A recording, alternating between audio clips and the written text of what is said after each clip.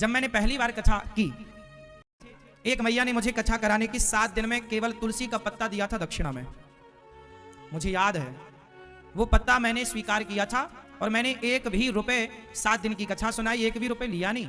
मैया ने जो दिया कि बेटा, मेरे पास एक बहुत गरीब मैया थी, उन्होंने मन किया कि बेटा मुझे कथा सुनना है भागवत। मैंने कहा मैया सुन लो। बोले मैं आपको तुलसी का पत्ता दूंगी। हमने कहा बिल्कुल देना। 7 दिन की कथा हुई, उन्होंने तुलसी का पत्ता दिया था दक्षिणा में। फिर एक दूसरी जगह कथा हुई तो वो एक रिक्शा चलाने वाले हमारे एक भाई थे, उन्होंने मन जाहिर किया कि हमें भी भागवत सुनना है। हमने कहा जरूर। उन्होंने भागवत सुनी। 7 दिन की कथा हुई। 7 दिन की कथा में उन्होंने मुझे केवल 500 रुपए दिए। मैंने सहर से वो 500 रुपए स्वीकार किए। और हम लोगों की टीम में 8-10 लोग तो होते ही होते हैं, संगीत वाले भी हैं, साउंड वाले भी हैं। इन सबके होने 10 लोग थे और 7 दिन की कथा हुई, उन्होंने 500 रुपए दिए।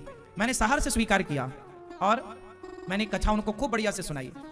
ऐसे करते करते करते करते फिर क्या हुआ, फिर मैं कथा करने गया तो एक जगह मुझे लगभग 30,000 रुपए मिले कथा के। तो मैंने सोचा कि 30,000 रुपए तो बहुत ज्यादा है। अब चूंकि मिल ही गए थे, लोगों ने चढ़ाया था भागवत जी में, यजमान जी ने भी दक्षिणा दी थी लगभग 11,000 रुपए। अब पैसे आ गए हमारे पास 30,000 रुपए और हमारे कोई खर्चे थे नहीं। जितना खर्चा बांट दिया ना, बांटने के बाद भी हमारे पास लगभग 15,000 रुपए बचा। हमने सोचा कि 15,000, अब घर के खर्चे भी बहुत ज्यादा नहीं थे, दाल चावल रोटी खानी थी, कोई इच्छाएं थी नहीं। खर्चे निकालने के बाद भी पैसा बचा। मेरे मन में एक बात शुरू हुई कि अब ये पैसा जो मिल, अब मैं कथा तो करते ही रहा, लोगों ने सहयोग किया, चढ़ावा चढ़ाया, लोगों ने दिया। मेरे पास पैसा मेरी जरूरत से ज्यादा आने लगा। बात समझिएगा, जब मेरी जरूरत से ज्यादा पैसा आने लगा तो उस पैसे ने मुझे विचार करने पर मजबूर किया कि अब इस पैसे का करें क्या। पहले हमारे पास कोई प्रकल्प ऐसा नहीं था ना, हम वृद्धमाओं की पहले से शुरुआती की बात बता रहे हैं हम। उस समय ना आश्रम था, ना गौशाला थी, ना वृद्धाश्रम, ना कुछ भी नहीं। हम भागवत सुनाते थे बस। अब पैसा आता था, लोग सहयोग करते थे, देते थे। कोई 500 दिया, कोई 200 दिया, कोई 100 दिया, कोई 10 दिया, ऐसे ऐसे करके भी पैसा आता था। फिर हमारे मन में एक मंथन चालू हुआ कि भाई ये पैसा मेरी जरूरत से ज्यादा है, क्या करें। अब ये समाज का दिया पैसा है तो क्यों ना इसे समाज में ही लगाया जाए। ये समाज का दिया पैसा है तो इसे कहां लगाया जाए, समाज में। तो मैं सोच नहीं पा रहा था कि मैं क्या करूं। तभी मैं एक बार कथा करने मध्य प्रदेश गया तो वहां पर एक जगह में कथा कर रहा था तो कथा के बाद एक मैया मेरे से मिलने आई। अब देखना शुरुआत कहां से हुई और ईश्वर ने किस तरह से पहले तो मन में विचार कराया कि कुछ करना है, क्योंकि पैसा ईश्वर दे रहे थे। अब देखो उस समय मुझे ये नहीं पता था कि भगवान पैसा क्यों दे रहे हैं, लेकिन भगवान दे रहे थे तो उनके देने का भी कुछ ना कुछ उद्देश्य था। अब वो उद्देश्य किस तरह से मिला वो जरा समझिएगा। एक बार मैं कथा करके जहां ठहरा था वहीं रुका, वहीं था। एक मैया आई, हमारी बूढ़ी सी मैया। उन्होंने रोते हुए कहा मेरे से, देखो ये मेरे जीवन का वो टर्निंग पॉइंट है जहां से मेरे विचारों में एक नया परिवर्तन आया। मैं तो विचार कर ही रहा था कि पैसा है तो उसका करना क्या है, लेकिन कोई रास्ता नहीं मिल रहा था कि बस अच्छा मेरी तरह कोई दूसरा लड़का होता, मेरी तरह दूसरा, तो वो क्या गाड़ी खरीद लेता, घर भर बनवा लेता। लेकिन मैं उस समय हमारे पास गांव में एक घर था, पिताजी ने जो बनवाया था, घर था ही, तो जरूरत नहीं थी घर भर की और गाड़ी वाड़ी की आवश्यकता थी नहीं। हमारी यात्रा उस समय ट्रेन से होती थी, गाड़ी वाड़ी का भी ख्वाब हम नहीं देखते थे। वो मैया मेरे पास आई और उन्होंने बोला कि बेटा मेरी एक इच्छा है। एक मैया मेरे पास आई, बोला मेरे बेटे मेरी को एक इच्छा है। मैंने कहा क्या। बोले जब मैं मर जाऊं तो तुम मेरी चिता को आग लगा देना। उन्होंने मेरे से सबसे पहले एक मैया ने ये बोला कि जब मैं मर जाऊं तो तुम मेरी चिता को, ऐसा उन्होंने बोला तो मैं दंग रह गया। मैंने कहा मां ऐसा क्यों बोल रही हो आप, आपका तो बेटा है। उन्होंने बोला कि मेरा बेटा तो है, एक बेटा था मैया का।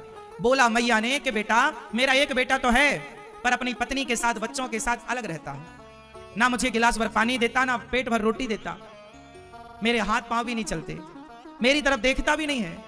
तो मैं सोचती हूं कि जो बेटा जीते जी पानी ना पिलाया, रोटी ना खिलाया, उस बेटे से मरने के बाद आग लेकर क्या करूंगी। मैं नहीं चाहती कि मेरी चिता को मेरा बेटा आग लगाए। उन्होंने मेरे से बोला कि तुम मेरी चिता में आग लगाना। तब मुझे बात दिमाग तक पहुंच गई, माँ की बात अंदर तक पहुंच गई, हृदय तक गई।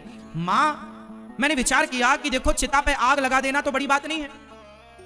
अब मेरी जिम्मेदारी है कि पहले मैं इन माओं की, इन बेसहारा माओं की सेवा करूं और सेवा करता हुआ यदि इनका जीवन पूरा होता है तो पुत्र का फर्ज पूरा करते हुए चिता पर आग लगाने का कार्य करूं। केवल आग लगाना बड़ी बात नहीं है, पहले सेवा। यदि मैं इनकी सेवा करूंगा तो पुत्र की तरह मैं इनके अंतिम संस्कार का भी अधिकारी हो जाऊंगा।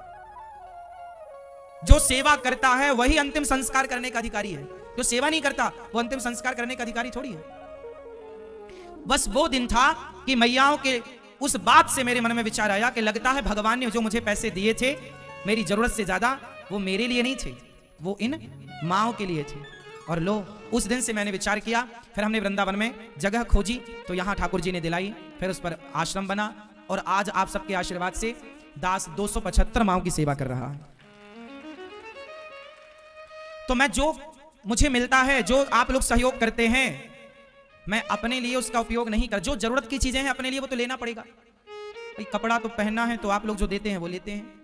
जो जरूरत की चीजें हैं वो तो ठीक है भाई, रोटी खाना है तो रोटी तो चाहिए, पर जरूरत से ज्यादा मैं कोई भी खर्चा नहीं करता, 1 रुपए का फिजूल खर्चा नहीं। आप लोग जो सहयोग करते हैं, आपके सहयोग के बल पर यहाँ 275 माएँ रह रही हैं। और माओं की सेवा करने के बाद भी जब मुझे लगा कि पैसे सेवा करने के बाद भी बच रहे हैं तो क्या करूं, तो मुझे लगा कि गौरी गोपाल आश्रम में, वृंदावन धाम में हजारों लोग आते हैं, इन्हें भोजन की व्यवस्था नहीं मिलती। तब गौरी गोपाल अन्न क्षेत्र स्टार्ट हुआ बाद में कि चलो कोई भी आएगा भरपेट भोजन पाएगा। तो अब जो भी आप लोग सहयोग करते हैं तो आपके सहयोग से गौरी गोपाल आश्रम में अन्न क्षेत्र चलता है। कोई भी आता है वृंदावन आओ, प्रसाद पानी गौरी गोपाल आश्रम। जब तक मेरे प्राण रहेंगे जो आप सहयोग करते हैं ना साहब, बस वो सेवा में लग जाता है। आज का दिया आज ही लग जाता है। इसलिए हमें विश्वास है कि यह कार्य भगवान ने स्टार्ट कराया है तो वही इसे निभाते चलेंगे।